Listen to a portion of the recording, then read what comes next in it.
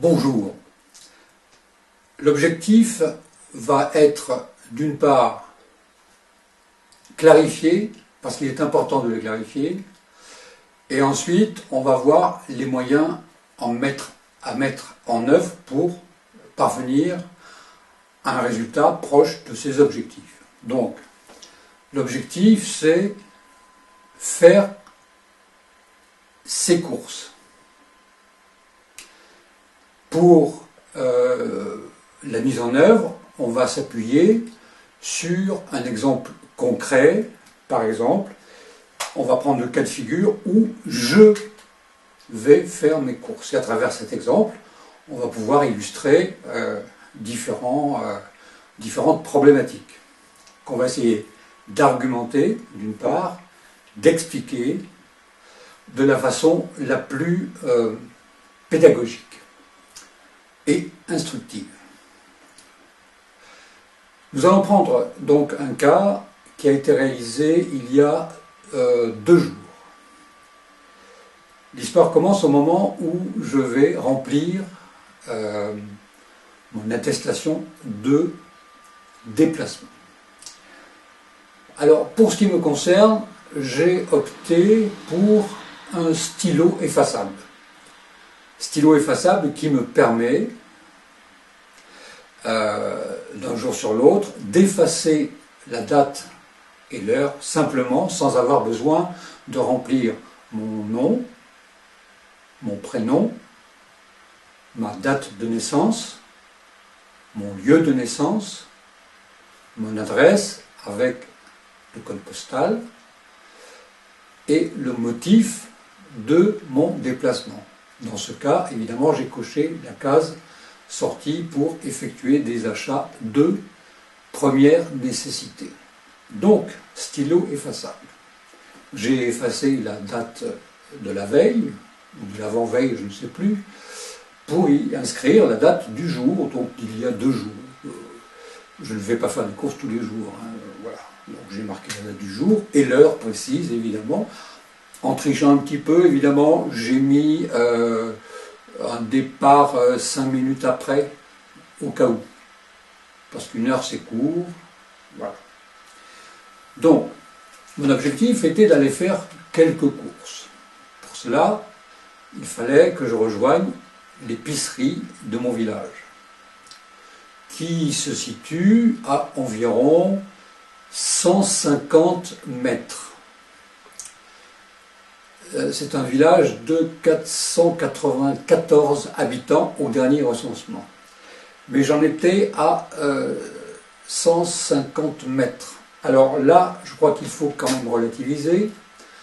Je n'ai pas pris de mesure précise de la distance qui me sépare de l'alimentation. Pourquoi ? Parce que j'ai une application sur mon iPhone, fabriquée par des Chinois. Malheureusement, les choses étant ce qu'elles sont, ça devient plus compliqué. Cette application a été paramétrée par moi-même. Et si j'ai paramétré avec des pas de 1 mètre, si j'ai fait 150 pas, j'ai fait 150 mètres. Mais si j'ai paramétré mes pas à 75 cm, ce qui n'est pas la même démarche. Imaginez quelqu'un qui marche avec des pas de 1 mètre. Allez-y. Vous visualisez. Ensuite, imaginez quelqu'un qui fait des pas de 75 cm. Forcément, il fera plus de pas. Donc, si j'ai paramétré avec des pas de 75 cm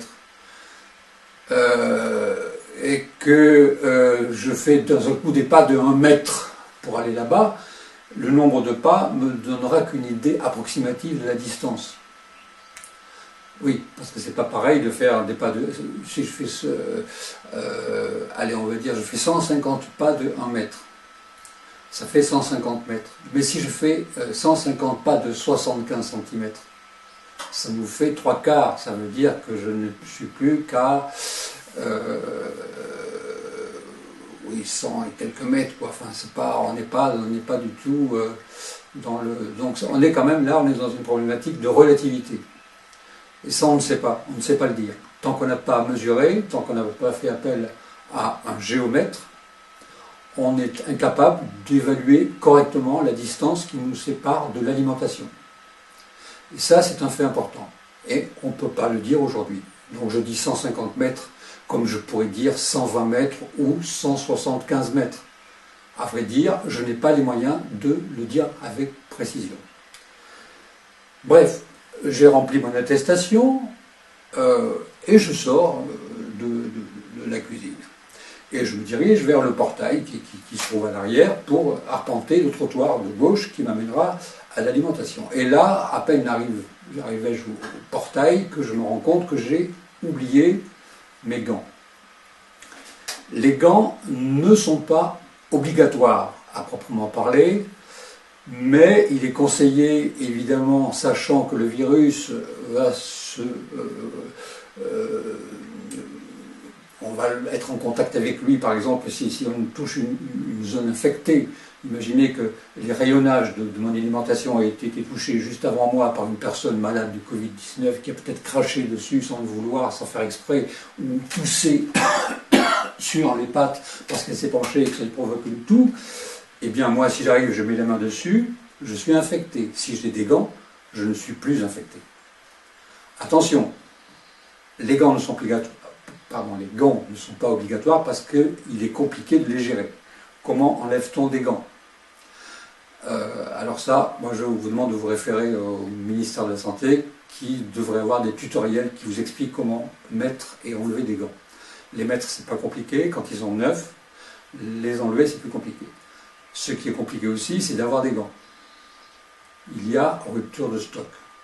Parce que les gens se sont précipités pour acheter des gants alors qu'ils n'en ont pas besoin.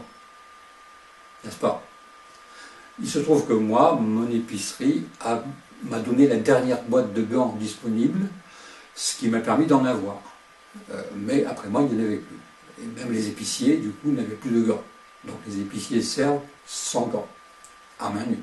Mais ils ont du gel hydroalcoolique, qui leur permet de se laver les mains correctement, geste barrière, n'est-ce pas, hein, on n'oublie pas les pouces, et les ongles en dernier. Voilà. Donc je reviens, j'enfile les gants, une paire neuve, pas de souci, et je fais mes pas qui me mènent vers l'épicerie. Encore une fois, je ne dirai pas le nombre de pas, ni le nombre de mètres parcourus, en tout cas j'y vais. Arrivé devant la porte, je m'assure à travers la vitre qu'il n'y a personne dans le magasin, parce qu'on ne peut pas être plus de 3, n'est-ce pas, dans l'alimentation. Je fais signe, l'épicière est là, et me fait coucou, donc je rentre. Alors, comme j'ai des gants, je peux me permettre de toucher la poignée. Si je n'avais pas de gants, je prendrais le coude dans lequel je vais tousser, et je pousserai la porte, n'est-ce pas. Voilà. Donc là, non, j'ai des gants, donc j'ouvre la porte, et je vois monsieur l'épicier qui est là, et sa femme l'épicière, mais monsieur n'est pas qu'épicier, hein, ils ont aussi un bar-restaurant, donc il est aussi cuisinier, et elle est aussi serveuse, enfin bref, c'est la campagne. Et donc je demande une salade. Et il y a effectivement une salade. J'ai pris avec moi, j'ai oublié de le signaler, un sac. Un sac qui me permet d'ouvrir le sac et qui dépose la marchandise dedans. Ce qui m'évite évidemment d'avoir un contact direct avec cette marchandise.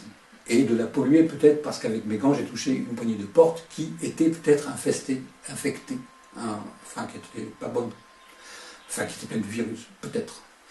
Donc il met sa salade et puis je lui demande 2 tranches de jambon de pays parce que j'aime beaucoup le jambon de pays. L'épicière me propose un melon avec. Comme je suis au chômage, je fais des économies, donc je n'ai pas acheté de melon. Je me suis dit que le melon, c'était mieux de manger du melon quand il fait soleil. On se pose des principes comme ça, quand on n'a pas trop d'argent et qu'on fait un petit peu attention, on se fixe des règles. Par exemple, je ne mange du melon que quand il fait soleil, ce qui veut dire que pendant les jours de pluie là, qui s'annoncent pendant toute la semaine, je suis interdit de melon. C'est avec des règles qu'on arrive à gérer des situations critiques. Ensuite, une fois qu'on a fait le tour des courses, à savoir une salade et de tranches de jambon que j'ai mises dans mon sac, je peux payer avec ma carte bleue sans contact. S'ensuit une micro-discussion de quelques mots, de gentillesse, d'amabilité, de civilité. On se salue, on se dit à bientôt parce que le client suivant est là. Et évidemment, la sortie ne se fait pas au même endroit. On entre d'un côté, on sort par l'autre, de telle sorte que les gens ne se croisent pas, parce que nous n'avons pas de masque. Nous ne portons pas de masque dans le village parce que ça n'est pas obligatoire. On respecte les gestes barrières, on se tient à l'écart les uns des autres, pas moins d'1 mètre entre les personnes, ça on le respecte. Mais comme ce n'est pas obligatoire, le masque, on ne met pas de masque. Et de toute façon, on n'a pas de masque, alors on ne peut pas en mettre des masques. Mais je pense que le 3 mai, il y en aura, parce que l'épicerie fait aussi bureau de tabac. Et les bureaux de tabac sont censés délivrer des masques, comme les pharmacies. Censés. Il y aura bientôt des masques. 3 mai, peut-être. Bref, ensuite je ressors. La porte est restée entrouverte afin que personne ne la touche et ne l'infecte. Et je fais le nombre de pas. Mais, comme la porte arrière est plus rapprochée de mon domicile que la porte d'entrée, fatalement, je vais faire moins de pas pour revenir. Maintenant, de là à vous dire que je vais faire 150 pas ou 165, c'est difficile d'affirmer ça, sans géomètre. Voilà. Et donc, ensuite, je suis rentré chez moi. Je ne savais plus quoi faire avec les gants, les choses. Donc, j'ai laissé le sac sur la table. J'ai enlevé un gant avec un gant, ça c'était facile. Après, c'est pour enlever l'autre. Je risquais le toucher sans gant.